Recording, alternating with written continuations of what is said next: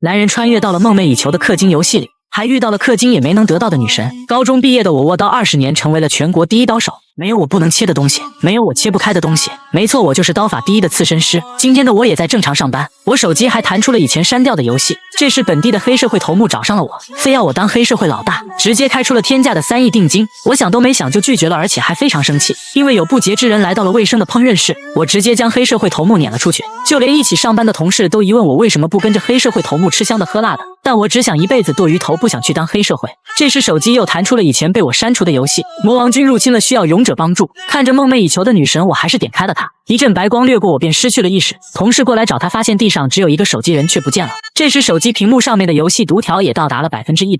这款游戏没啥剧情，也不需要你有啥操作氪金就行，属于直接付费的垃圾游戏。如果要问我为什么要玩这游戏，那当然是女角色是我喜欢的类型。我竟然被游戏吞了进来。我附身的角色不是 NPC， 也不是帅气的游戏角色，我成为了背景人物江建模。这里是个受到奇迹加护的世界，我很快就适应了这里的生活，甚至分不清这里是游戏还是现实。我在这里过着平凡的第2次人生，但今天的我收到了来自金华学院的录取通知书，为了不辜负父母的期待，又不得不去。我甚至不知道这个背景人物怎么考上的这种名门学院。江建模在我穿越之前就觉醒了加护，还参加了金华学院的录取考试。加护是人类可以使用的特殊能力，就像游戏里的技能一样，但不是人人都有加护，一般都是遗传。根据加护划分了阶级，在这个背景下诞生的就是金华学院，它名义上是为了培养英雄而建立的。没有英雄血脉的江建模却作为特招生考进了金华学院。这个世界需要英雄的原因，那就是这里有魔王。我口中念到加护，马上就弹出了加护的弹窗，无痛的加护，发动时间30秒，冷却时间12小时。无法想象以前的江建模怎么靠着这种垃圾加护考上的金华学院。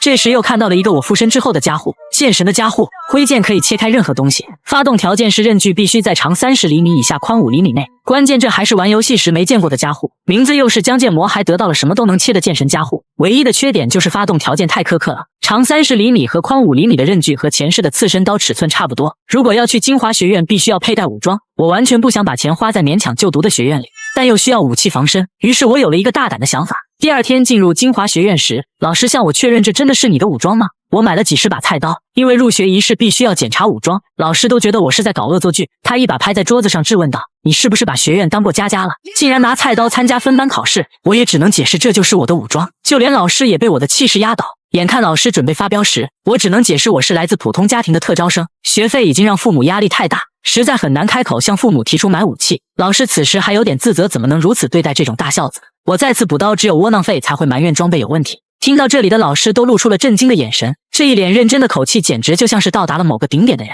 老师只得认可我的武装，但旁边学生都嘲讽建明怎么来这里了。老师当即斥责了这些学生。江建模感叹武装检查终于结束了，接下来还有重要的入学考试。金华学院和游戏里完全不同，大的简直像一座小城市，这是只有上流人物读书的地方。我找了个地方准备休息一下，广播通知分班考试即将开始。虽然没参加入学仪式，但分班考试可是很重要。江建模掏出了菜刀准备练一练手，前世握刀20年应该不会生疏，打算切树叶试试刀法。我拔出菜刀的瞬间，便感受到了一股雷霆之力。系统提示：剑神的加护发动，肉身强度太低，武装太低，强制使用意志力和使用者同步。江建模都不敢相信自己只是拔出了刀就发动了加护。系统提示：同步完成，希望神的加护伴随你。加护发动之后，仿佛进入了一个碎裂的空间，我都不知道怎么回事，菜刀也脱手而落，空间也就此消散。放开刀的瞬间，他就回到了原来的世界。发动了剑神的加护后，感觉整个世界都是碎裂的，一阵头疼感传来。我又发动了无痛的加护，如果每次发动剑神的加护都会有剧烈的头疼，那这个加护相当于废了。广播也传出，请学生马上到练武场集合。我还在犹豫要不要捡起菜刀，握住菜刀的瞬间，一股钻心的刺痛从手中传来。练武场内，新入生都来到了这里，大人们还在讨论为自己的孩子买武装花了很多钱。其中一人注意到某个大人物来了，那就是7星英雄剑帝齐格。看到剑帝的众人急忙避开他。这时7星英雄贤者美迪亚找到了剑帝，剑帝都吐槽70岁的人了还穿得这么花哨。贤者美迪亚表示女人直到死都需要保持年轻，还提出用加护让剑帝年轻10岁，但被剑帝拒绝了。他都觉得这个老头子和以前一样，一点没变。他疑问这个不知道变通的老头子为啥要来这里。他试探到剑帝是不是专门来看疼爱的孙女。此时的剑帝也默不作声。分班考试即将开始，江建模也来到了这里。他注意到了一个人影在人群中穿过，他正是剑帝的孙女阿贝尔。也是这个游戏的主要英雄，也是我前世氪金的主要原因。这个拿菜刀的男人第一次实战就打碎了亚空间，让一场普通的分班考试差点就变成流血事件。亚空间是金华学院第一任校长创造的，在亚空间内就算受到伤害，现实的身体也不会受伤，所以学生们可以在亚空间内尽情战斗。今年的分班考试采取了大逃杀模式，随机传送10名学生到同一个亚空间，让他们相互厮杀，而且没有任何武装限制。根据存活时间评分，剑帝齐格认为不限制武装只会让掌权者们占尽好处。校长贤者美迪亚解释，这也是没办法的事情，因为学院运营的资金都是这些掌权者们提供的，这也是为了引入特招生制度做的退让。特招生指的就是我这种不是英雄后代的普通人，进入学院也只能远远的看着前世氪金也得不到的女神。但是我知道眼前的女神阿贝尔已经名花有主，因为她会和游戏主角成为情侣。她和自己这种特招生不是一个世界的人，我只想稳定平安安全的在这里毕业就行，然后找一份稳定的工作，过上平凡的人生，打死也不想发动剑神的加护再次体验那种酥麻的感觉。随后广播开始宣布规则，今年的分班考试是大逃杀，随机抽选10名学生到同一个空间，根据生存时间决定排行，再统一分配班级，而我的目标是最后1名。随后亚空间装置启动，结界覆盖住了整个比武场。我只想在不拔刀的情况下结束考试。考试开始没多久，就有不少人被淘汰出局。校长美迪亚说起这次的考试结果已经注定了，不仅有剑帝你的孙女，还有其他7星英雄的后代。此时的阿贝尔轻松解决了其他对手，获得了胜利。看到这里的剑帝也准备离开，其他学生的成绩不看也知道大概结果。这时剑帝齐格和贤者美迪亚都好像感觉到了什么，就连外界的其他人也感受到了这股气息。美迪亚询问剑帝是否感觉到了，剑帝还是不敢相信，二人始终没能找到这股气息的源头。这时一个声音吸引了他们，这是亚空间碎裂的声音。二人不可置信地看向天空，亚空间竟然碎开了一个洞，只听轰隆2声，一个人影从天上的亚空间里掉了下来，一道白光闪过，跟着又是一把菜刀落了下来。校长美迪亚急忙命令医疗组确认学生们的状态。我一开始也没想过会出现这种情况，刚进入亚空间，大家就开始了厮杀。这种场面的战斗不能说是厮杀，只能算被单方面蹂躏，但他们并不打算结束战斗，而是故意折磨对手。他们用暴力折磨对手之后还要蹂躏尸体，因为我太弱了，他们甚至无视了我。这时他们又盯上了一名女孩子，这名女孩很明显已经失去了战斗的意志。见两人又打算用暴力折磨她时，我还是开口阻止了二人，并咒骂他们是神经病。他们也发现了我是之前的特招生，目标也从女孩换成了我。本想用无痛加护扛过去，但无痛加护持续时间只有30秒，但这二人蹂躏尸体都会超过30分钟。我又想到了拔刀，使用剑神的加护又有副作用，但现在也没有其他选择，我还是握起了菜刀，就算只有30秒也足够了。双胞胎的弟弟朝我攻来，我先发动了无痛加护，又拔出了菜刀，系统提示愿神的加护伴随你。这一刀直接斩下了对方一只手。我前世的师傅是一个黑社会混混，为了赎罪，他砍下了自己的一只手腕。他亲手教会了我如何使用刺身刀。现在我把这些刀功用在了实战中。被砍断手臂的双胞胎弟弟疯狂嚎叫，但我并不准备放过他。双胞胎弟弟逃跑的同时向大哥呼救，我走上去一刀结果了他。双胞胎哥哥震惊地看着眼前这一幕，就算这样我也没有停手的打算。刚才被救下的女孩也看着这一幕，双胞胎哥哥冷静地分析这一切，他认为菜刀可能是秘密武器，只要小心菜刀就行。他也掏出了秘密武器，戴上了另一只手套。装备这一套手套时，他就能发挥出100%的实力，防御力和跳跃力还有气力同时提高。现在是3种加护同时在他身上，就算那把刀是 S 级道具也打不破他的绝对防御。此时我的无痛加护还有20秒，双胞胎哥哥率先出手朝我攻来，而我还在默念着无痛加护的时间。双胞胎弟弟认为自己已经稳赢的时候，等他反应过来时，他身上已经插满了菜刀，意识也逐渐模糊。此时无痛加护也即将结束，一阵疼痛感来袭，剑神加护的剧烈疼痛让我失去了意识。等我再次恢复意识的时候，已经在学院的医院醒来。7星英雄的其中2人竟然出现在了眼前，人类最强剑帝齐格正盯着我，校长美迪亚还在向我打招呼。我还不知道怎么回事，齐格询问我在亚空间内做了什么事。现在回想起来，拔剑之后自己便意识模糊，但挥剑的人的确是自己，所以也没办法向他们解释。而且被剑帝这个怪物盯上也没有好处，我只能说出双胞胎在亚空间内做出的行为太过分了，并愿意接受任何惩罚。剑帝齐格就这样死死地瞪着我。校长美迪亚赶忙上前解围，不要看他现在凶巴巴的样子，刚才他还在帮你疏通穴道呢，看在他的脸上就不要和齐格计较了。美迪亚说着就往我身上蹭，怪不得醒了之后身体很轻盈，估计就是穴道被疏通了。美迪亚又解释，在我昏迷期间，教师们看了战斗回放，大家都看到了我为了保护柔弱女学生拼死战斗的样子，简直是梦中的白马王子。说着还不断用手指戳我的脸。剑帝齐格在旁边提醒美迪亚让他保持体面，美迪亚又告诉我学院不会追究我的责任，而且双胞胎已经主动退学了。听到这里我也缓了过来，庆幸不用和他们一起上学。美迪亚这时又说起，祝贺江建模拟成为了金华学院首席。听到这里我都愣住了，我随手救下的妹子竟然要请我到她家吃饭，去了才发现这个妹子不仅是病娇，还是双重人格。就在不久前，校长美迪亚说起他当了20年校长都没遇到过这种事，竟然有学生拒绝成为首席。校长美迪亚和剑帝七哥都震惊了。美迪亚再次向我解释了成为首席意味着什么，而且这个首席是亚空间的始祖英雄亲自选出来的结果。就算如此，我还是拒绝成为首席。剑帝七哥意味深长地看了我一眼。在这之后，美迪亚询问七哥是不是很不爽江建模夺走了你孙女的首席。七哥解释他不会对始祖英雄的评分提出异议，学院判定他是首席，我们只需要遵从就行。但江建模的剑术并不出色，肉体也不强悍，经验也不丰富，只会拿着刀乱砍，和自己一辈子追求的剑境完全不一样。不过在为江建模疏通穴道时，有一股很强的违和感，他的身体里好像存在着不该存在的东西，这个东西甚至让剑帝都产生了好胜心。70岁的校长美迪亚这时候说起，帅气的男主角为了救出陷入危机的女主角冲锋陷阵的样子，如果自己再年轻10岁，是不是也可以成为女主角？剑帝七哥听到这话实在不知道说什么。美迪亚又问七哥到底怎么想，七哥反问美迪亚知不知道现在的大学生怎么称呼你这种女人。美迪亚期待着有啥好称呼时，剑帝才缓缓吐出碧齿。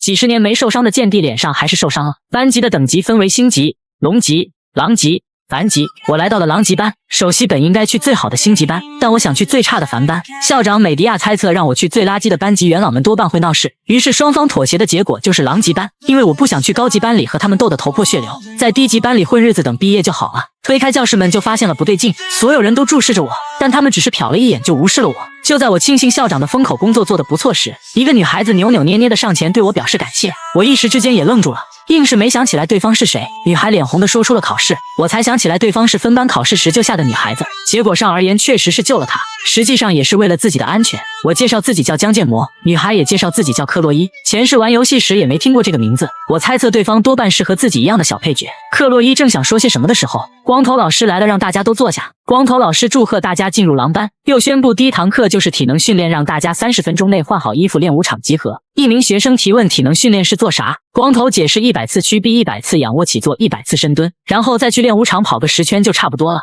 等学生们都离开教室后，我单独找到了光头老师，没想到光头老师竟然还认识我。我委婉地向他说起身体有点不舒服，但我其实就是不想去参加体能训练。光头老师冷哼一声，听校长说你可是首席，这点强度是不是不太够哦？反正也是第一天训练，要不要去星级班训练尝试一下？此时的我只能心里咒骂校长那个死老太婆，我只能打着哈哈解释身体有点不舒服，想去上厕所，并夸奖老师的安排真是太好了。就这样，我也只能跟着大家一起跑步。体能不行的我口中还在不断咒骂。克洛伊上前关切地询问我身体咋样了，又询问我跑了几圈了。我看到克洛伊是从后面跟上来的，以为他也和自己一样体力不行，就告诉他跑了5圈了。克洛伊说起他已经跑了9圈了，还给我加油让我努力。我无法理解自己体力怎么比女孩子都差。学院生活就这样过了1周，我遇到了人生最大的困难，学院食堂的一份饭菜竟然要5万元，这个价格简直高到离谱。如此高昂的物价导致生活费都快见底了，所以我这几天一直喝着超市的便宜水维持生计。由于最近的锻炼，身上也练出了肌肉，不过更大可能还是剑帝帮忙疏通了穴道的原因。这时克洛伊找了过来，我询问他有啥事。克洛伊说起1个星期没在食堂见到你了，是不是身体不好？我也不能说出自己没钱吃饭啊，只能找借口说不喜欢吃别人做的饭菜。克洛伊又说要不要去超市买点食材一起做晚饭吃。几天没吃饭的我二话不说就同意了，一路上自夸说我做饭技术还是不错。来到克洛伊的宿舍之后，发现冰箱里都是海鲜。前世作为刺身师的我忍不住就想展示一下手艺，但是用菜刀可能会发动剑神的加护，我只能询问克洛伊有没有长点的刀。克洛伊直接拿来了一把日本武士刀，没办法，我还是决定用厨房的菜刀。发动剑神的加护后，只要在无痛加护的30秒内完成料理就行。我可是被称为全国第1的快刀手，我仅用了21秒就去掉了鱼鳞，挖出内脏，去掉了骨头，还切好了鱼肉。克洛伊都赞叹菜做的太好吃了，他还自告奋勇的要去洗碗。听着哐啷哐啷的声音，我感觉克洛伊好像没洗过碗。看着窗外的月亮，我忍不住哼着歌。这时一阵微风吹过，把桌子上的日记本都吹落在地上，我的视线也被它吸引。上面写着今天的分班考试中有人帮助了我，以后我要报答他。我决定帮他把日记本捡起来时，又是一阵微风吹过，救出我的人和我还是同一个班级，他叫江建模。我心脏砰砰跳，不敢跟他搭话。我心想这小姑娘真可爱，看来没想到不敢搭话的原因竟然是这个。于是我忍不住翻了一页笔记本，上面密密麻麻的写着我爱你，我爱你，我爱你。就连我都被其内容震惊。这时克洛伊好像发现了我在看他的日记本，你看见了吗？此时的克洛伊不知道从哪儿掏出了刀，如果遇到病娇他还要刀你怎么办？不要慌，咱们还是可以抢救一下的。英雄受到大家的追捧，成为掌权者后可能会被权力腐败变成恶人，这种时候就需要影子的存在。影子的工作就是在黑暗中肃清腐败的英雄。成为影子的孩子们出生就会接受精神改造，摒弃感情，不断的训练，最终成为杀人机器。少女第一次沾血时年仅15，克洛伊从小就被教育要成为影子，长时间不断的训练导致他心性扭曲，彻底失去感情的克洛伊来到了精华学院。这里会按照学生实力分配班级。克洛伊真正的实力最少能达到龙级，因为他属于影子家族，一辈子都在黑暗中行动，所以只能被安排到最差的凡级班，这也是家族和学院的约定。入学时他接到的命令是不要做显眼的事，就算是这样，克洛伊也只能接受。直到遇到某个男孩子之前，那是分班考试时的事。感到恐惧无助的克洛伊被一个男孩救下了，他都放弃了挣扎，还是被拯救了。他认为这就是自己的命运时，克洛伊心里那种无法言语的热量在心里沸腾。眼前的男孩正在挥剑，还是为了保护自己而挥剑，这让他想起了小时候偷偷藏起来的童话书，那是王子和英雄的故事。王子为了救出被关在城堡里的公主，脸蛋微微发红，心脏跳动也加快了，一股莫名其妙的感情产生了。克洛伊认为这就是爱情。此时克洛伊的宿舍里，这要从刚才我看见了克洛伊的笔记本开始说起，上面写满了密密麻麻的我爱你。但是偷看的时候被克洛伊发现了，克洛伊本人正恶狠狠地盯着我，我只能挠着头干笑，场面一度陷入尴尬。我也不知道从哪儿开始出错了，可能是偷看了他的笔记本，或者一开始就不应该到他家吃饭。我又询问克洛伊，你不觉得今天的月亮很美吗？见他保持沉默，又准备趁机溜走，克洛伊质问我是不是看见了。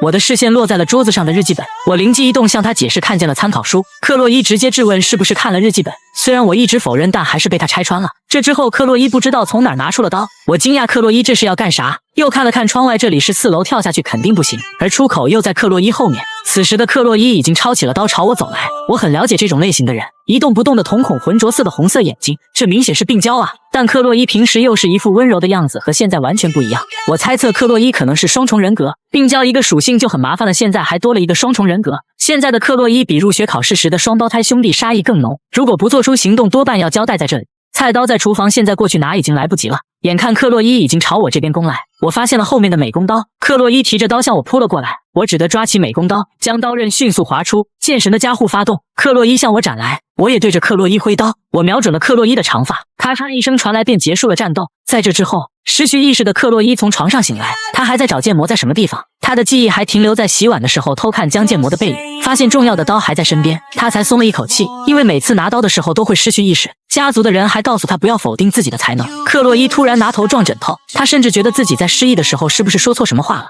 又发现了地上的美工刀，地上还有被切断的头发，他觉得自己之前可能用美工刀理发了，还发现了垃圾桶的头发，以为江剑魔是帮他打扫垃圾的途中离开的，想到如此温柔的剑魔就更加无法忍耐了，一定要把它写下来，再写一遍我爱你。宿舍楼外面，我忍不住一阵干呕，这是刚才多用了5秒无痛加护的副作用，直接把晚饭都吐出来了。饿得无力的我只能找个地方休息一下。我想不通克洛伊到底怎么回事，一般的剑术都是为了击败对手或者制服对手，但克洛伊的剑术纯粹是瞄准了要害，刚才如果不还手多半就被砍掉脖子了。在刚才的战斗中，生命受到威胁时的我条件反射对着他脖子划了一刀，还好美工刀长度不够，只砍掉了头发。刚才走的时候还帮他整理了房间，应该不会怪自己才对。我刚穿越进游戏时还是有称霸的野心，但加护的无奈让我熄灭了野心。奇迹的加护是游戏主角的专属加护，也是游戏里唯2的史诗级加护，加护也很直接，从魔王手里保护世界。游戏主角还被圣剑和魔剑同时选中，而我只能用菜刀，实际差距根本不用想。以前玩游戏时对这个游戏了解还是太少了，只知道主角和重要人物剧情，其他都不太清楚。主角觉醒了加护很晚才会入学开启剧情，最关键的还是我以前没有玩到这个游戏的结局就放弃了，现在只能这样跟着游戏剧情走。游戏剧情3年级开始会变得很阴暗，发现勇者诞生的魔族袭击了精华学院，魔族和人类发生了大战。我也不知道这种垃圾游戏怎么会变成这种剧情，很多我喜欢的游戏角色后面都死了，无法接受这点的我直接删除了游戏。现在还不知道自己会不会也在这个游戏里死掉，为了3年后能活下来，我不能坐以待毙。反正游戏主角会拯救世界，我只需要保护自己活下来就行，还要避开被选出来和魔族战斗。剑神的加护也要减少使用次数。查看系统窗口发现剑神的加护还升级了，旁边还多了一个同化率 1.5%。我尝试点开另一个问号的加护，但系统提示权限不足，不过也确认了我的状态栏确实多了一个加护。我觉得不能随时依赖无痛加护和剑神加护，必须要创造其他可能性。下个月有期中考试，奖励是长剑春雨，这把剑可以用到毕业，关键它尺寸很方便，还不会触发剑神的加护。这时一个声音打断了我的思绪，这个声音说起这个位置是他的，而这个人正是阿贝尔，他好像刚运动完很热的样子。我就这样一直瞪着他，也没听到他好像说了什么。阿贝尔让我把位置让开，因为以前玩游戏时还专门为他氪过金，忍不住看着他的脸就失神了。我实在想不通学院的公用椅子为啥要我让给他位置，害怕游戏剧情出现问题，我想着以后尽量避开他。但是他是真漂亮啊，视线不自觉的就跟过去了。这时阿贝尔说起这里看星星很舒服，我还以为被他发现偷看了，如此随意的性格我都怀疑他是不是剑帝的孙女。阿贝尔，他连游戏主角都拒绝过。阿贝尔向我确认我的武器是不是剑，我疑问他怎么知道，阿贝尔解释是爷爷说的，还有剑客的眼神不一样。他还递出随身的宝剑，询问要不要尝试握一下，我直接就拒绝了。阿贝尔嘟起了小嘴，一副生气的样子。我再次怀疑他到底是不是游戏里的高冷女神阿贝尔。阿贝尔郑重地询问我是不是认识他，我的武装被破坏，系统竟然暴走了。上次请我吃饭的病娇妹差点就宰了我，这次她又要请我吃饭。为了保住我的脑袋，我只能转移话题，请病娇妹教我练剑。和病娇练剑的途中，剑神的加护突然出现了错误，让我觉醒了邪恶人格。就在不久前，阿贝尔郑重地询问我是不是认识他。金华学院应该没人不认识剑帝的孙女，我也只得承认的确认识他。这时候阿贝尔又说起你认识我，但我却不认识你。我感觉阿贝尔想套出我的名字，我只能找借口不告诉他名字。阿贝尔又怀疑我是魔族奸细，理由是半夜3更不睡觉待在这种地方。对此我也表示无奈，我只能告诉他我正在做运动，而且还是重要的呼吸运动。这时我发现了阿贝尔手上有许多伤痕，他慌忙地把手藏了起来，我都能看出他真的很努力。阿贝尔说起拥有剑帝血脉的他必须是最完美最顶尖的存在，如果露出一点瑕疵就会被群起攻之。自从出生以来，上次分班考试还是第一次输给别人，所以很好奇打败自己的人到底是谁。听到这里的我内心还算平静。阿贝尔又说以后遇到那个首席时一定要把他打个半死。听到这里我不由得打了一个寒战，赶忙告诉阿贝尔没必要做那么狠吧。阿贝尔解释都是因为那个人不参加首席宣誓仪式才让自己这个第2名干愣着，关键爷爷也不告诉自己首席是谁。我询问他为什么和自己说这种话，阿贝尔才说出因为你看起来很弱呀。阿贝尔的家训是对强者严格，对弱者仁慈。班里的同学都是一群傻子，没办法和他们做朋友。我也知道了他对游戏主角冷漠的原因。准备离开的阿贝尔好像也发现了不对劲，再次询问我的名字，但我还是没告诉他。第2天，我一直担心阿贝尔已经怀疑我了。克洛伊已经交到了朋友，融入了班级。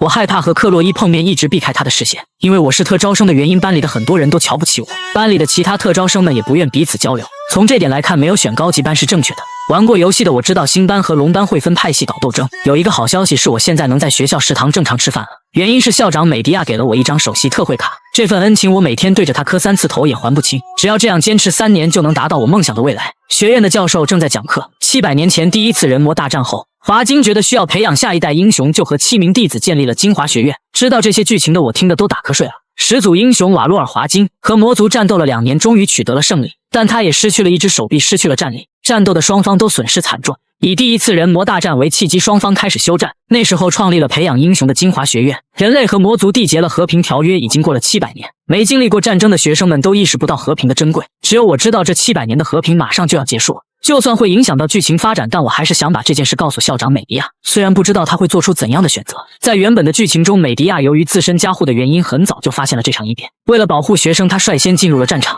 他成为了第一个被魔族杀死的7星英雄。虽然我没玩到这部分剧情就删除了游戏，但我通过网上的攻略知道了这点，还不如不知道这件事。下课之后，教室门外一阵喧闹声传出，我下意识地看了下手机日期，今天是5月5日，学生们都围了上去。如果我没记错的话，今天是他的入学日，他是这个世界的主角莱昂范莱哈特。长达700年的和平这一天开始就结束了。在我眼里，这家伙只是个晦气的家伙，还是个靠脸吃饭的垃圾，也是个招蜂引蝶的男人。如果是19禁游戏的话，游戏主角莱昂和魔王战斗前就应该去死。关键他就像魅魔一样吸引女性角色，被他吸引的女性有枪圣的侄女蕾切尔、浙公的女儿佐木、剑帝的孙女阿贝尔。越看他越觉得晦气。奇迹的加护 M 游戏里的主角莱昂范莱哈特，他是3年后最先派出去讨伐魔王的人物之一，和强制派遣差不多。始祖英雄瓦洛尔华金也只是封印了魔王军第1军团。我无法想象魔族到底有多强，应该不是主人公输了之类的疯狂剧情吧。这时主人公莱昂好像注意到了我的视线，直接看向了我这边，还对我露出微笑，给我一下整不会了。这一刻就连我都觉得这里是奇迹的加护 M， 主角会解决所有的一切问题。这个主角果然长得就很可靠，就连我也被他一个微笑就说服了。学院的训练场，我正在这里练习挥剑，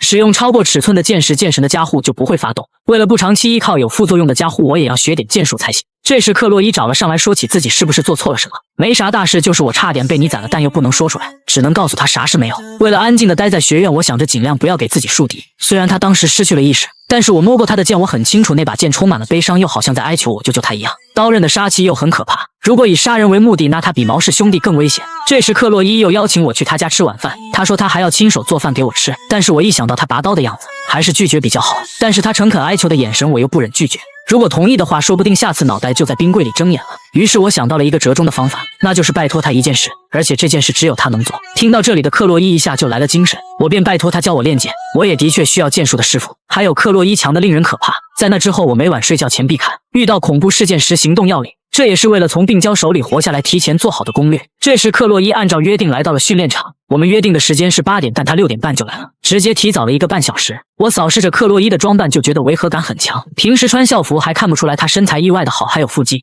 也算是明白了她为啥这么强。随后我将木剑交给了克洛伊，她疑问为啥不用真剑，我都在想是不是我听错了，还是我说错了，又不是生死决斗，为啥要用真剑？握着剑的克洛伊还在念叨剑魔好温柔，她就像换了一个人一样审视着手中的木剑，她只是挥了挥剑，我仿佛听见空气都被切开了。我无法想象他的力气到底有多大，等会儿不会被他像切西瓜一样切开了吧？我再次点开了状态栏，确认了一遍剑神的加护，还是不懂这个童话律是啥意思，问号部分还是无法查看。克洛伊用很奇怪的眼神看着发愣的我，他询问我是怎么了，他们好像看不见状态栏，如果继续发呆可能会产生误会。训练前我让克洛伊下手轻点，前世的我好歹也是实战派，想要在某个领域成为顶点，不仅要刻苦的努力，还要做到付出一切。我之所以这么快适应学院生活也是这个原因。此时的克洛伊已经摆开了架势，直接朝我攻来，他的速度快的我根本看不清，他的刀法还是那样刀刀致命，勉强躲过第一招的我心里忍不住咒骂，说好的手下留情。克洛伊完全不给机会，还展示了一个脱手换刀，速度太快，打得我猝不及防，他的力气太大，甚至将我手臂都震麻了。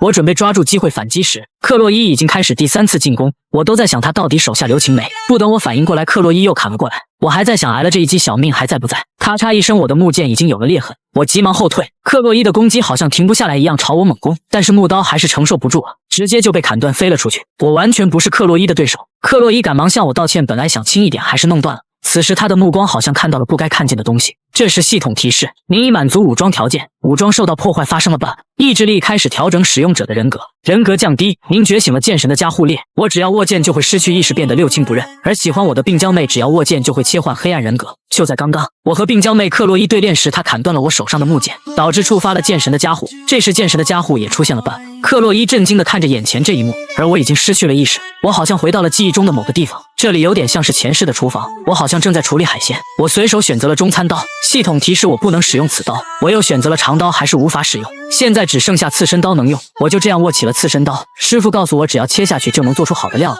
系统提示，您已觉醒剑神的加护列。克洛伊还在询问我怎么了，失去意识的我朝着克洛伊缓步走去，又突然一个闪身朝着克洛伊冲去，克洛伊急忙拿剑抵挡我的攻击，他还在呼喊我的名字让我清醒过来，我一剑将克洛伊击飞了出去，这一剑的冲击力让克洛伊喋血，克洛伊也发现了我就像换了一个人一样，我再次砍向克洛伊，克洛伊只能向后退开，被加护控制的我完全失去了意识。克洛伊受到刚才冲击力的影响，已经无力躲避下一次攻击。克洛伊还在呼喊我的名字，剑魔剑魔。我抄起了木剑朝着克洛伊袭去，克洛伊还在尝试叫醒我，眼看这一剑已经要将他杀死。克洛伊大声地呼喊出了我的名字，江剑魔。此时的我还不知道怎么回事，竟然还有切不中的鱼，最关键的是这条鱼还在菜板上不断闪避。这时师傅命令我赶紧将它切成生鱼片，但好像有一个声音一直在呼喊我，这个声音让我恢复了意识。我想起来了，我叫江剑魔，而呼喊我的人正是克洛伊。恢复意识的我直接将断掉的木剑丢了出去，克洛伊还以为他死定了。此时的我一把抱住了即将摔倒在地的克洛伊，并告诉他今天的对练就这样了。克洛伊关切地询问我怎么了，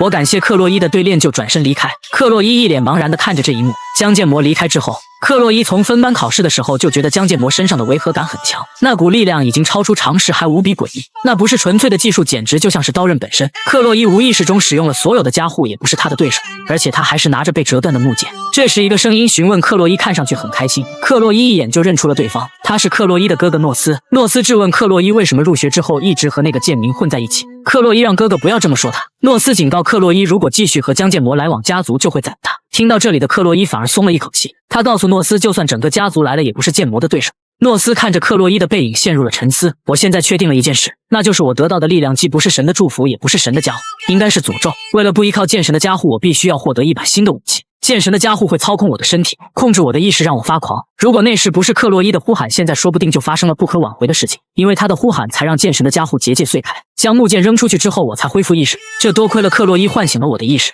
不过也是因为他斩断了我的木剑，才发生了这种事。我害怕再次觉醒剑神的加护，就匆忙离开了。这是用寿命交换来的才能，我是穿越者，有这个加护我才能继续留在这个世界里。我只想在这个世界过上平凡的生活。曾经的我以为只要解决掉一些小事件就可以过上安稳的生活，现在我终于明白了我体内存在着什么东西。想要吞噬我理性的东西不是加护，想要吞噬我的是诅咒，是逆天的技术。我3天不吃不喝，只为抵抗加护的惩罚。3天之后，我终于失去了感情，我决定不再逃避剑神的加护，我要直面这股无敌的力量。3天后的金华学院，病娇妹克洛伊正在和同学交流，但她总是一副郁郁寡欢的样子，因为江剑魔已经3天没来上课，她还去敲过江剑魔的宿舍门，但只听见了痛苦的呻吟声。克洛伊强忍着想要打破门的冲动，还是离开了。她喜欢江剑魔拖着下巴思考的样子，害怕被他当成是个阴沉的女人，连说话时都很小心。第二天，光头教官宣布，今天由于下雨的原因，用自习代替训练。光头教官发现江建模今天还是没来上课，他猜测应该是有什么隐情。作为优秀的教育者，应该相信自己的学生可以突破难关。这时，一个人影出现在教室门口，这个人正是我江建模。此时的我脸上已然多了几道剑痕，就连头上也添了一丝白发。克洛伊惊讶我的出现，我向光头教官道歉，今天迟到了。满脸惊讶的光头教官让我赶紧落座，同学们都议论我到底怎么回事。在他们眼里，我好像变得比以前帅了。下课之后，克洛伊找到了我，还关切地询问我怎么了，好几天没上学的原因是不是因为上次对练的事。我向克洛伊解释没有那回事，只是身体不舒服。克洛伊庆幸还好不是那件事。我没来上课的这3天里，我被加护的副作用折磨得痛不欲生，一直躲在房间里不吃不喝，使用不完全的加护付出的代价远超我的想象。透过镜子，我发现我的一部分头发都变了。此时的克洛伊好像很自责，因为最后和我对练的人是他。为了解开他的心结，我准备开车带他吃饭。他问我哪来的车，这是我在瓜子二手车上买了台21款的特斯拉 Model 3，没想到只花了9万9，比新车便宜了13万多，但开起来跟新的一样。现在新车掉价快，买瓜子特划算。瓜子每台车都经过官方专业检测，还能先试开3天，放心买就行。现在去瓜子搜车好省，你也能9万9买特斯拉，千万别错过。我又告诉他想吃他亲手做的食物，他高兴的直接跳了起来。克洛伊询问我想吃什么菜，我才说起好久没吃鱼了。这时一股杀意从我身边扫过，我急忙寻找这股杀意的源头。四处张望之后，我找到了这股杀意的方向。一位蒙面男子出现在了我的眼前。克洛伊一脸震惊地看着对方，我询问克洛伊是不是认识他。我很明显地感觉出对方来者不善，我和对方相互打量着彼此，我直接告诉对方有事就直接说。此时克洛伊突然拦在了我的身前，并质问对方为什么要来这里。克洛伊虽然表现得很强势，但是他的声音却在发抖。男子质问克洛伊，你不惜违抗阿迪托的规矩，也想和他在一起吗？克洛伊辩解阿迪托跟自己已经没关系。男子命令克洛伊扔下旁边的剑鸣，重新回到阿迪托。听到这里的克洛伊当即爆发出强大的杀气，命令男子不要说出这种侮辱剑魔的话。这股强大的杀气冲击着整个教室。我庆幸大家还好都去吃饭。我也想起来了阿迪托家族，他们是负责潜入和暗杀的影子集团。正面战斗虽然不如其他英雄家族，但是在暗杀技术上没人能超过他们。原来克洛伊是阿迪托家族的人，眼前这个人是克洛伊的哥哥呀。他那时候习惯杀戮的表情也能理解。阿迪托家族的存在是为了维持秩序，找出并杀死内部敌人。他本人是不是也想过上普通的人生？就像我剑神的家护一样，他出生在刺客家族，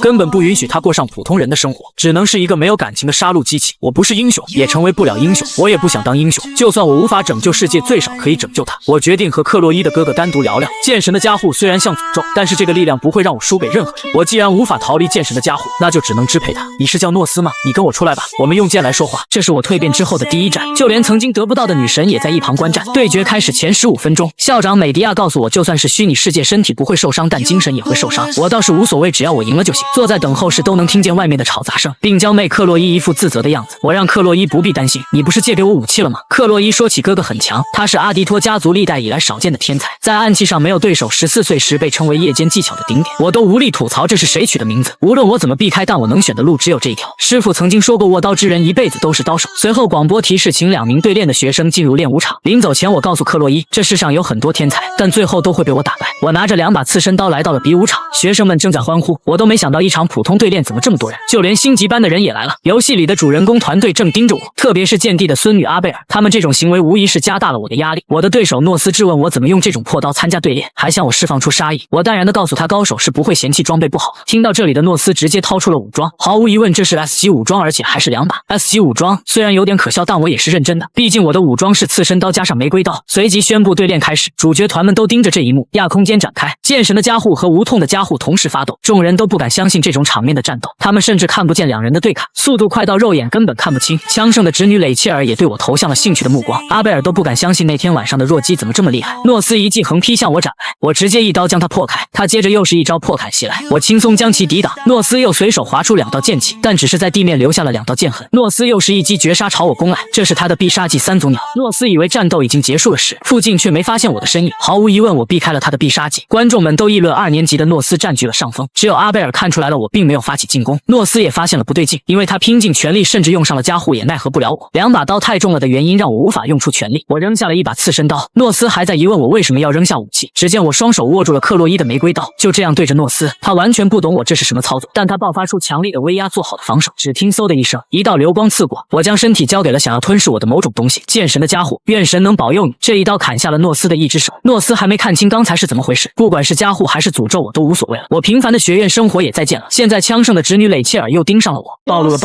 我的首席身份暴露给阿贝尔。还有就是病娇妹又要发病，就在刚刚，我受到剑神的加护，仅用一刀就将诺斯切成了碎片，亚空间也就此关闭。所有人都倒吸一口凉气，因为我击败了诺斯。阿贝尔和蕾切尔震惊地看着这一幕，广播也宣布亚空间对练结束，现在已经彻底无法挽回了。我还是无法习惯用刺身刀和别人对砍，亚空间的性能是真不错，就像克洛伊说的，诺斯的确很强，还是从实战中积累出来的强大。还好我有剑神的加护。广播也宣布胜者是1年级狼班的江建模，还特别的强调了1年级学生打败了2年级学生。我都不得不吐槽，这些人这种时候都不忘给我做宣传，没办法，这也是我选择的路。此时新班的学生还在讨论，阿迪托家族的人输给了1年级的家伙。通过刚才的广播，阿贝尔也知道了我的名字叫江建模。现在整个精华学院都在讨论江建模的事情。江建模一刀就解决了诺斯，这件事对阿贝尔打击非常大，因为他也没看清江建模的动作，关键他没用传统的剑术和上到了台面的武装，而是2把厨房用的菜刀。阿贝尔是剑帝的孙女，所以对剑很自豪，他实在没想到用那种刀也能变得那么强。此时阿贝尔又想起了一件事，自己曾经向江建模说过很好奇首席是谁，还说过如果知道了是谁，下次一定要打败他。现在想起来，原来首席就是江建模。想到这里的阿贝尔顿时浑身颤抖，江建模比自己更强。那天晚上那家伙看着自己到底在想什么，越想越气的阿贝尔一拍桌子大吼，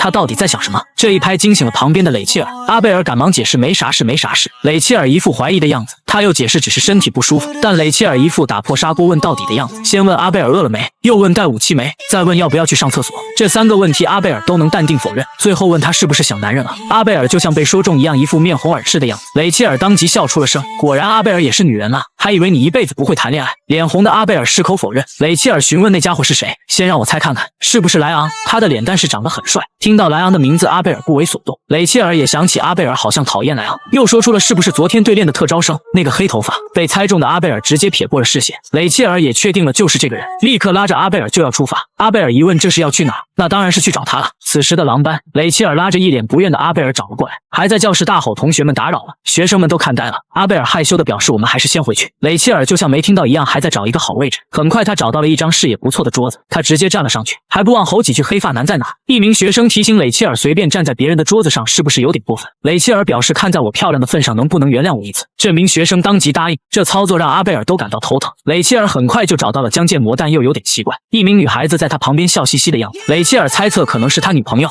很好，有女朋友反而是一件好事，因为这样就更有趣了。他还顺手解开了自己领带，前一秒还笑嘻嘻的克洛伊，下一秒就变了脸，因为他看见了蕾切尔在江建模耳边吹气。阿贝尔和克洛伊都惊呆了，蕾切尔又一屁股坐到了桌子上，我也被蕾切尔吵醒。我刚醒来就看到了向我打招呼的蕾切尔，你是不是叫江建模？我满脸问号，蕾切尔怎么在这里？他又说起昨天怎么没发现你长得这么帅。病娇妹克洛伊直接捏住了蕾切尔的手，质问他怎么回事。下一集病娇妹克洛伊很生气，当发病的病娇妹碰上了天然的盐一女，我觉得不对劲的危险信号原来就是这个。克洛伊又要切换人格了，没想到他还在教室里掏出了美工刀，这是我在游戏里也没见过的组合，实在想不通到底怎么回事。这时阿贝尔上来拉开了蕾切尔，蕾切尔表示我们只是打个招呼没事，说着他就看向了克洛伊，他甚至摸着克洛伊的头说大人们讲话时小孩子不要插嘴，还有小孩子不要拿这么危险的东西。说完蕾切尔就准备找江建模继续聊，克洛伊毫不犹豫划出了美工刀，我和阿贝尔都惊呆了。蕾切尔好像也注意到了什么，下意识转身，他不出意外的抓住了克洛伊的手，不仅身材瘦小还有点小心眼了。旁边的阿贝尔怕事情闹大了，急忙呼喊蕾切尔，就算这样他还是无动于衷，直接一把将克洛伊扔了出去。克洛伊在空中翻了几个跟头才站稳脚跟，教室里的吃瓜群众纷纷喝彩，在压倒性的力量面前任何技术都没用，力量至上的家族嫡系圣级枪圣的侄女蕾切尔。这时他说起那个小鬼是不是你女朋友，我直接就否认了。旁边克洛伊用冰冷刺骨的眼神盯着我，但不是就不是，想了又想，我只能吐出2个字朋友。我还不懂这是什么情况，阿贝尔怎么也在这里？刚才的场面太过混乱，还没注意到他也来了。我询问2人为什么来这里，蕾切尔解释阿贝尔小姐对你感兴趣，所以过来看看。脸红的阿贝尔急忙摆手否认，还辩解这是蕾切尔强行带自己来的。阿贝尔你乖乖跟过来的，还以为你也想来呢。一时之间阿贝尔竟说不出话，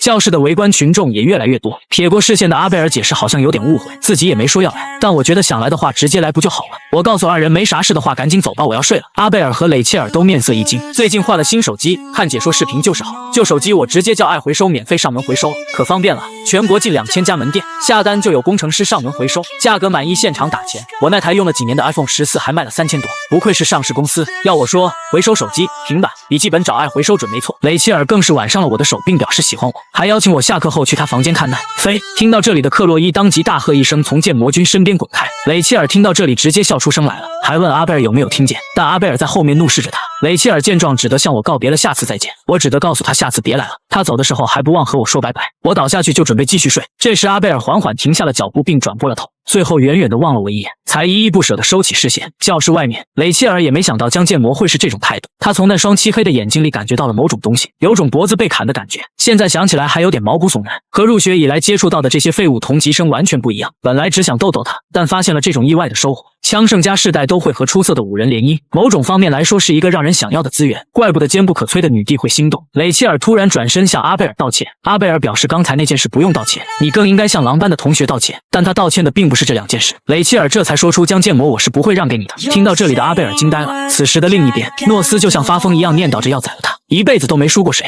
自己可是阿迪托的天才，他打算今晚突袭宰了江建模，准备动员阿迪托家族的所有人，集合一族之力应该能宰了他，最后再把克洛伊带回来，因为克洛伊的潜力已经超过了他。当他推开房门的一瞬间，仿佛发现了新世界，有一个人正在这里吃着苹果，而这个人正是江建模。演艺女蕾切尔又缠上了我，在那之后的病娇妹克洛伊一直处于发疯状态，我都能感觉到她还在生气，她一直在念叨着原来建模也喜欢大的去死去死。我有一件事要找她确认，所以找到了克洛伊，她马上就变回了正常人。我询问她诺斯咋样了，克洛伊解释哥哥诺斯住进学院的附属医院了，他也没去看过，不知道咋回事。我疑问亚空间的对链不会受到外伤才对，克洛伊又告诉我哥哥诺斯的确住院了，他还让我不要把这件事放在心上。我也没想到诺斯弱到连这点打击都扛不住，我猜测他有可能在打其他主意。以我前世的经验来说，对付病娇最好的方法就是轻抚他的头。我就这样从克洛伊口中得到了诺斯病房所在的位置，然后到了诺斯的病房提前等他。我咬了一口病房的苹果，又询问他苹果能吃吗？诺斯被吓得说不出话。阿迪托家族果然很有钱啊，竟然住着这种高级病房。诺斯质问我来这里做什么，我拿起了旁边的水果刀，诺斯还以为我要斩草除根，但我只是拿起了小刀削苹果。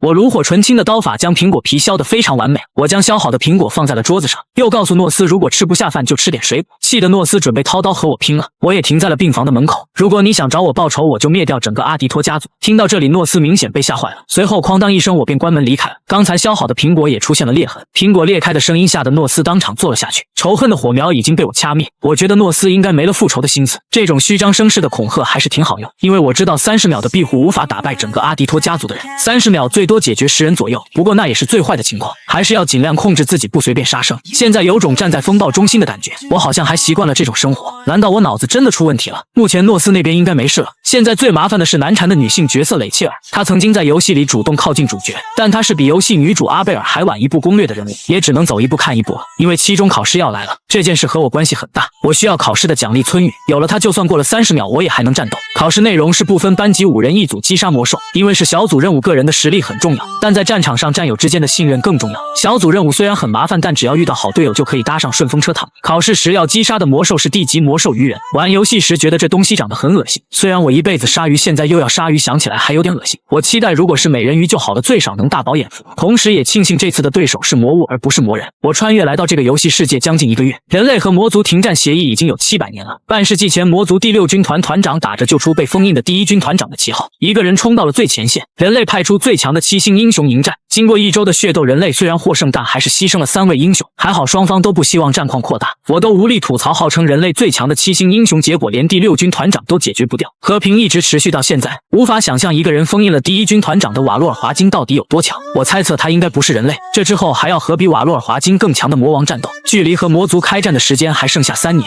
现在只能把心思放在眼前的期中考试，要优先找到其他4名小队成员。我现在好歹也算学院名媛，利用好这点找个队伍还不是轻轻松松，但结果和我想象中好像不太一样。已经过了1个星期，还是没人邀请我组队，可能是上次战斗太过分了，导致大家都畏惧我。我注意到克洛伊好像也一样，那天之后他也变成了边缘人。我找到了克洛伊，得知他也没找到人组队，当即邀请他和我组队，虽然还要找3名队员，克洛伊也爽快的就答应了。我知道克洛伊的实力很强，1小时的考试时间应该能解决不少鱼人，而我只有30秒的家伙，有他的帮助就像得到了千军万马一样。这时一个声音传进了我的耳朵，雷切尔在教室里喊我名字，他告诉我来找建魔君玩了。克洛伊掏出了美工刀，还念叨着大的来了大的来了。我让雷切尔赶紧走，自己没时间陪他胡闹，但雷切尔一副可怜兮兮的样子，说建魔君好无情。我让他能不能不要这样叫，但雷切尔闹着说不知道也听不见，更是直接倒在了我的桌子上，又询问我找到考试的队友没，我只得告诉他还没有。闻言，雷切尔当即邀请我加入他的小队。游戏世界的主角竟然怀疑我是地球人，我惊讶，难道对方也是穿越者吗？就在刚刚，演艺妹雷切尔邀请我加入他的小队，但是我觉得他们小队不可能缺人。雷切尔认为和我一起组队会发生有趣的事，我已答应了和克洛伊组队为为由拒绝了他。雷切尔表示那更好，因为小队刚好差2个人，如果还找不到队友，就有可能拿不到奖励了。我看了看克洛伊，向他征求意见，克洛伊点了点头，我也就答应了雷切尔加入他的小队。我一问组长是谁来着，他说出了组长是一个叫莱昂的家伙，我顿时就震惊了，前世是不是造了什么孽？辛苦工作30年还要遇到这种事，现在已经和游戏女主扯上了关系，虽然能大饱眼福也不错，但是和莱昂扯上关系又是另外一件事。游戏主角的光芒简直要闪瞎我的眼睛，现在想换组也来不及了，因为雷切尔那个死娘们已经把申请书交上去，活了一辈子第一次想砍死某个女人。这时克洛伊找了过来询问我怎么了，是不是在想刚才的臭娘们？不对，是金发妹。我只得告诉她和新班的学生在一起压力有点大。克洛伊告诉我不用担心，因为新班的学生都没见魔桥。我询问克洛伊我们小组开会是几点，克洛伊说起金发说过是下午6点在咖啡厅。这之后我和克洛伊来到了咖啡厅，克洛伊点了一杯奶茶，喝起来很开心的样子。这里的咖啡我实在喝不下去，但我只能强撑着假装很好喝，怎么也得保住大人的品味。这咖啡又苦又用不了学校的饭卡，以后还是要少来。这时雷切尔和莱昂来到了这里，还带了一个不认识的家伙进来，我一眼就认出了这个金发就是游戏主角旁边的棕发像的小混混。莱昂主动向我打招呼握手，并表示前几天亚空间对练印象深刻，和你在一组很安心。莱昂还提议小组成员先自我介绍，莱昂首先介绍了自己叫莱昂范莱哈特，看着他帅气的脸我就觉得人生真不公平。雷切尔顶了顶旁边小混混，大家都认识自己就不介绍了。棕发介绍自己叫斯皮特威朋，我感觉这个斯皮特应该是个有故事的人。克洛伊介绍自己是克洛伊阿迪托，是建魔军的。还没说完，雷切尔就戏谑地看着他，气得克洛伊差点当场发飙，不过他还是忍住了。雷切尔还在调侃真能忍，你这自我介绍太传统了。最后我也做了简单的自我介绍，之后莱昂掏出电脑开始投影地图，这是接下来考试小岛的地图，考试当天会通过亚空间门传送过去，这里的亚空间是真实存在的，所以有可能被魔兽击伤。东南部区域分配了3个小队猎杀鱼人，区域内鱼人的数量是固定的，哪个小组击杀数量最多就获胜。斯皮特担心会不会出现美人鱼，莱昂解释教官们都检查过了，不必担心。克洛伊询问会不会被其他小组偷袭，莱昂又解释这场考试重点是猎杀鱼人，学生们之间战斗会失去资格。我都感叹不愧是刺客家族的人要担心这种问题。这之后房间只剩下了我和莱昂，我只想早点离开这个尴尬的地方。莱昂叫住了我，并询问江建魔你是从哪来。男人怎么都没想到一次简单的实习考试就遇到了人形魔物美人鱼。就在刚刚，莱昂询问我是从哪来的，他上次好像也问过类似的问题，但这次的提问和那时本质上完全不同。我看不透他眼神中的意思，他指的是我从哪个地区来的吗？如果是问这个的话，刚才自我介绍时他可以直接问才对，特意等所有人离开后才问，肯定有什么原因。这时莱昂突然道歉，说自己说了奇怪的话。建模，我在想你会不会和我一样，但这款游戏里用的都是 H 国语，也不是没有国家之类的区分，谁看了都认为我是 H 国人。这时莱昂又说起刚才的话，就当作没听见了。说完他就准备离开，我一时不注意用手搭在了他的肩膀上。莱昂，你是从哪来的？如果就这么放他走了，我肯定好奇的睡不着。莱昂解释自己是从德国来的，我都没明白莱昂这家伙在搞什么，那瞬间我都以为这家伙也是从其他世界来的。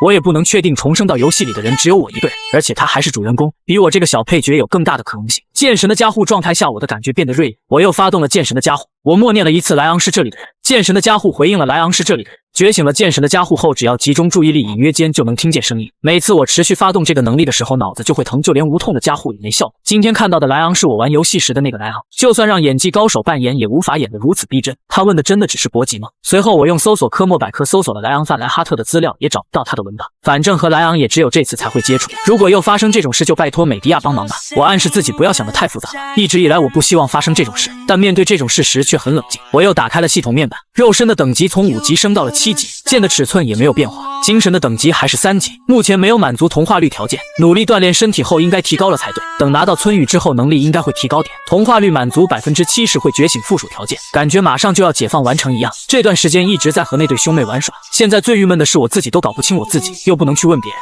系统提示满足了加护的最少发动次数，调整发动时间，无痛的加护发动时间由30秒加到40秒，冷却时间缩短为12小时。不枉我吃了那么多苦啊！终于有好事发生了。倒数第5天我还在锻炼，倒数第4天还在和小队成员聚会，倒数第3天病娇妹克洛伊还在教我练剑，倒数第2天研一妹蕾切尔又缠上我，倒数第1天我还是在锻炼。此时的我已经可以用刀切开汗水，我都感叹锻炼成果终于有了效果。实习考试当天，这就是亚空间啊！有了这个东西，整个练武场的气氛瞬间就变了。小队成员已经提前到达了这里，队伍的蕾切尔主要输出，队长是莱昂兼指挥，队伍的辅助微朋，队伍的副输出克洛伊，队伍的后方戒备江建魔，蕾切尔是 S 级武器方天画戟，莱昂现在用的还不是巴鲁姆克。我的目光投向了斯皮特威朋脖子上的笛子，蕾切尔这时候说起，你别看那样，那可是治愈系中罕见的 S 级，那是我曾经在游戏里花了几千万也得不到的治愈系 S 级武器。虽然造型有点奇怪，但为什么是这个样？我不由自主地贴近了观察，吓得微鹏以为我对他有啥想法。此时广播声响起，现在开始2034年1年级第1学期的实习考试。众人都被这个声音吸引。这时教官提醒，遇到危险时不要犹豫快跑，你们别忘记你们还不是英雄，只是学生。如果有人受伤或者弃权时，随时可以联系教官。莱昂提醒大家时间到了，准备好，并让大家不要紧张，尽自己所能就行。眼看考试就要开始了，克洛伊一副垂头丧气的样子，他还是担心会出现美人鱼，因为斯科普里岛是美人鱼出现的地区。我只得安慰克洛伊不要担心，教官们会确认的。克洛伊出生的西西里岛常有美人鱼的目击和受灾事件发生，现在和魔族休战中只能在副本里才能看到魔族，但经常有美人鱼出没的传闻，也就是说人类还没有掌握美人鱼出现的条件。这时教官提醒大家开始入场，准备开启亚空间异空门。我摸着克洛伊的头，再次安慰他不要担心。克洛伊在我的安慰之下也略有好转。小队5人就这样走进了亚空间。雷切尔，你拦着那个鱼人不要靠近。威鹏，你快使用治愈加护。但此时的克洛伊不知道怎么回事，还没回过神，他好像听见了剑魔在叫自己。此时的小队众人已经开始战斗。克洛伊发现自己刚才好像断片，现在也联系不上教官，因为大家在洞穴里，手机也没有信号。一个可怕的敌人出现在了众人眼前，正是人形魔物美人鱼。此时小队众人都陷入了绝望。下一集将剑魔开启剑神的加护，单刷美人鱼。我专业鲨鱼20年，鲨鱼刀法已经出神入化。我重生到了异世界，还碰到了传说中的美人鱼。在美人鱼出现之前，莱昂和威鹏以及雷切尔都因为晕船还没缓过来。我好像不怎么晕船。这时一只长着腿的鱼出现了，我疑问这难道就是鱼人吗？可鱼人转身就跑。如果鱼人都是这种弱鸡，那也没有我出手的必要了。莱昂解释刚才那是小鱼人，考试的鱼人不是这种体型。克洛伊去附近搜查情报了。小队4人谨慎地在森林里走着。这时莱昂说起好像有什么东西要过来了，原来是克洛伊踩着树木跳了下来。克洛伊解释树上安全些，他说起前面500米有个洞穴，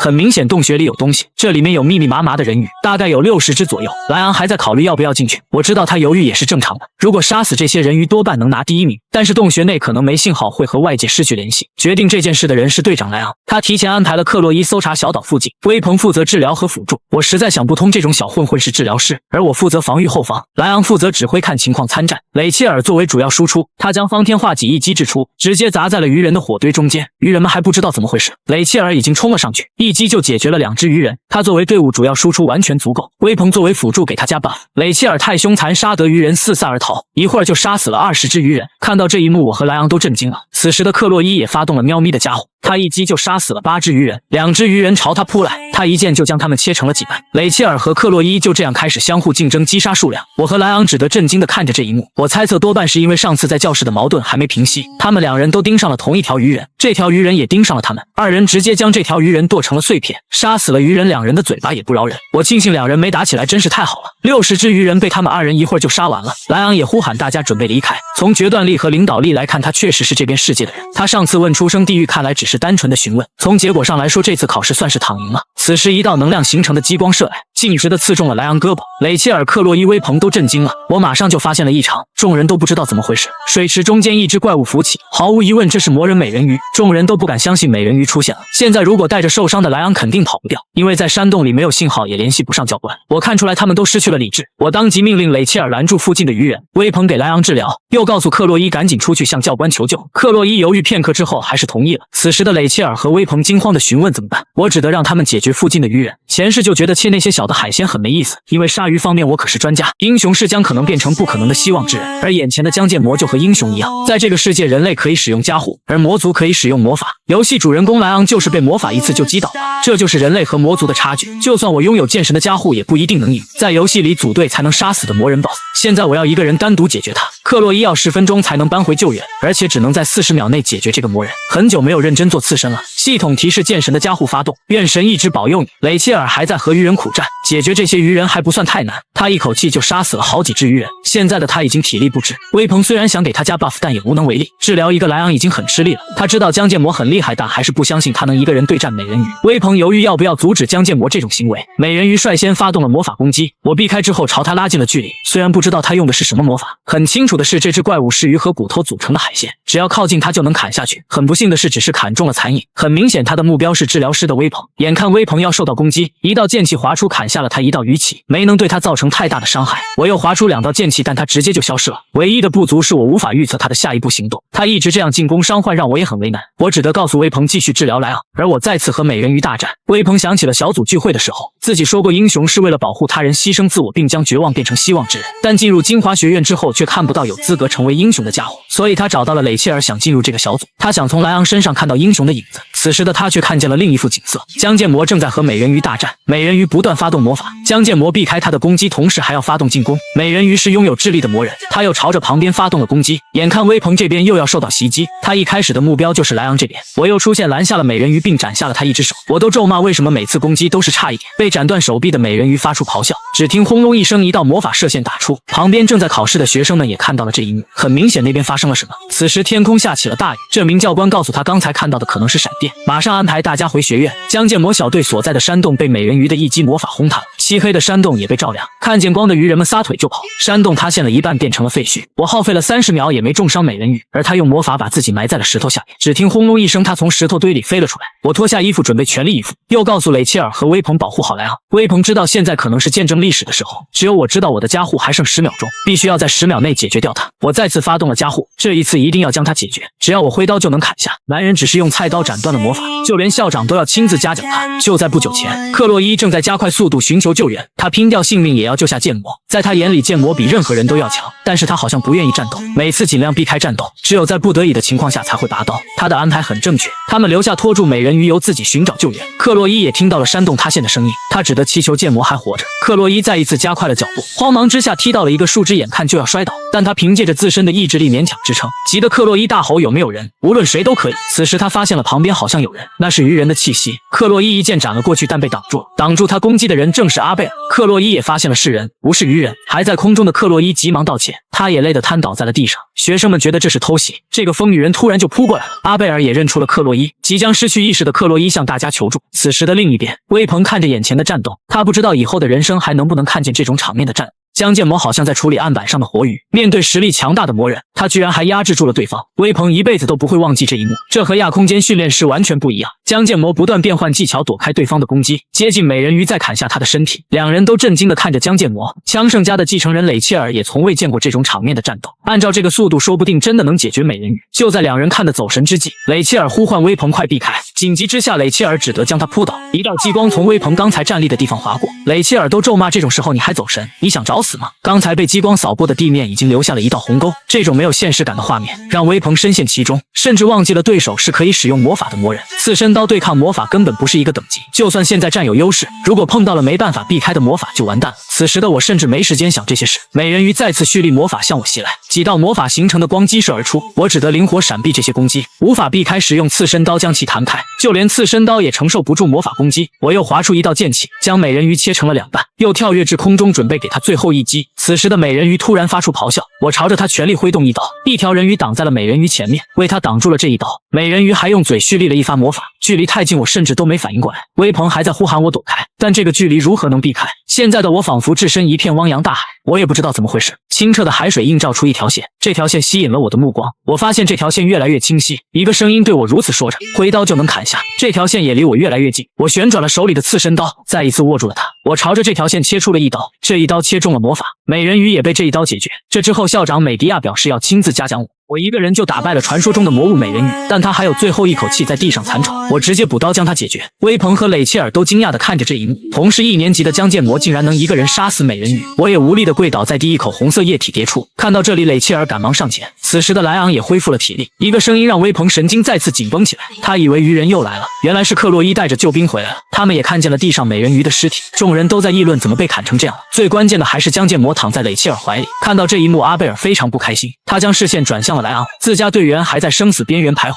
莱昂还在装成一副有教养的样子。想到这里，他就觉得晦气。阿贝尔告诉大家自己已经联系了学院教官，1小时内就会过来，又询问大家这里发生了什么事。威鹏咒骂那些该死的教官，不是说好检查了小岛，结果还有美人鱼。阿贝尔让威鹏解释一下怎么回事。威鹏反问阿贝尔是不是在命令自己，听得阿贝尔很气，但还是表明这是请求。威鹏还炫耀一番自己可是解说的专家，随后他向大家解释了前因后果。阿贝尔也明白了江建模一个人就打败了美人鱼，听得他想起了往事。小时候自己的爷爷见地有说过，现实比传说更具有真实性，事实就摆在眼前，他们也没有说谎的理由。这完全就是像英雄一样的故事。尼伯龙是始祖英雄瓦洛尔华金的首席弟子，阿贝尔是尼伯龙家族的后人，他们出生就很特别，这也是所谓的血统。阿贝尔不想被外人说是依靠家族才如此拼命努力，他没想到自己和江建模的实力差距如此之大，说不定自己只是一个普通人。阿贝尔又命令队里的治疗师给江建模治疗，得到治疗的江建模伤口很快有了好转，他还是无法想象同龄人的江建模一个人就解决了魔人。威鹏向阿贝尔确认是不是联系了学院，又告诉他不要将这件事详细报告给教官。这座岛虽然很大，但也不会无缘无故出现魔人，这件事非常不对劲。这时莱昂抢先说出了是不是怀疑学院有魔族的奸细。威鹏和阿贝尔看向了莱昂，气势不足的威鹏只得解释这只是怀疑，还无法确定。这次如果不是江建魔出手，莱昂的队员会全部死在这里。人类和魔族休战了700年，他们从未对金华学院的学生出手，这件事有可能成为战争爆发的导火索。阿贝尔想到这里就觉得一阵后怕，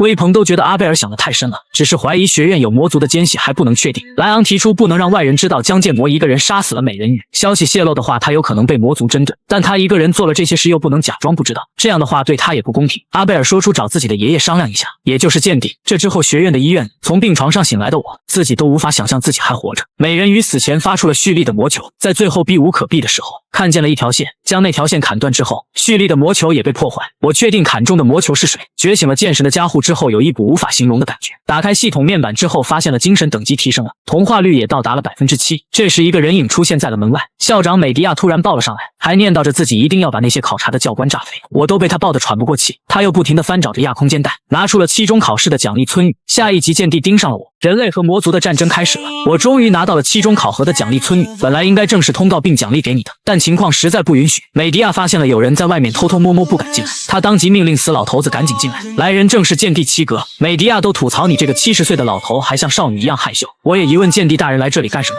校长美迪亚解释这件事的来龙去脉他们已经知晓了，他代表金华学院正式向我道歉，因为学院的疏忽导致学生们差点丢掉性命。他以校长的身份发誓一定会找出魔人出现的原因。剑帝七格也认为是我救了学生们，我表示只是做了力所能及的事情。美迪亚告诉我这件事找出真相之前要先保密，这次的事情确实是学院内部出现了问题，当然我也理解他们的处理方式。校长和美迪亚离开医院的路上，美迪亚询问七格记不记得二人刚来到这所学院的事情。遗憾的是七格已经不记得了，他感叹眨眼间就在这里工作60年了，但这所学院有700年的历史，我们只占据了这所学院的1/10时间。这700年以来发生了不少事件，但这次好像地主强大的力量将旁边的玻璃击碎，一层能量保护罩将二人守护，这是怒不可遏的美迪亚发动了能力。期中考试前教官们提交了报告，考试的岛上有可能出现美人鱼，因此他非常慎重地对待这场考试。剑帝齐格看出来美迪亚动怒了，此时的美迪亚表面上已经冷静下来，剑帝齐格知道他是真生气了。美迪亚突然转移话题，说起剑魔是不是很厉害，一个人就打败了美人鱼，又询问他剑魔是不是天才。剑帝齐格一生见过无数天才，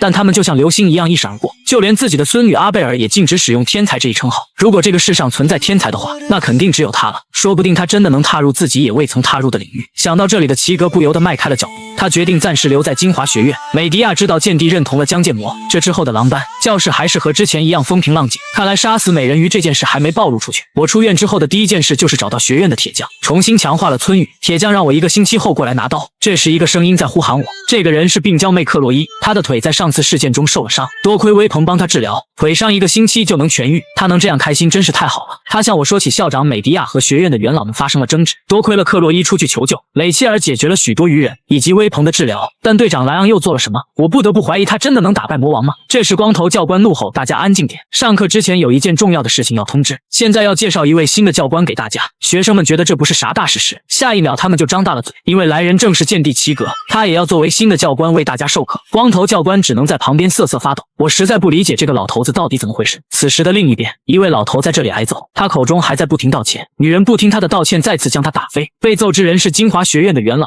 他说出了这次阻止计划的学生是江建魔。女人警告他第5军团长发怒了，隐藏在学院的魔人准备动手。这是剑魔和剑帝第一次决斗。就在不久前，这位女魔人还在拷问金华学院的元老，她斥责对方只是抓住勇者候补的莱昂这点小事都做不到，还赔上一条美人鱼，还把剑帝那个老东西留在了金华学院。元老只得不停的道歉，女魔人还是一脚踢了过去。元老也很气对方只是区教官竟然敢对自己出手。这时候女魔人说起1年级的学生居然打败了美人鱼，这一届的学生果然很强。元老解释美人鱼是被1名学生打败的，女魔人最开始还以为那个人是莱昂，元老又告诉对方打败美人鱼的人是今年的首席江建魔。这位女魔人也想起了对方是谁。此时另一边的练武场，教官正带着学生们训练，病娇妹克洛伊由于在上一次美人鱼事件腿受伤了，在旁边休息。我很羡慕受伤的她。此时一个声音催促我跑快点，这个人正是剑帝齐格。我实在想不通这个老头子咋回事，为啥要跑在我的旁边？初代剑圣是瓦洛尔华金的左膀右臂，尼伯龙家族继承了剑帝这一称号，所以说现在的剑帝齐格是人类最强。第2次人魔大战中他成为了莱昂的师傅，但为啥这个老头在自己身边啊？他应该去莱昂那边才对。不过在原作游戏里莱昂也没有得到剑圣这一称号，剑帝在我身边让我实在适应不了，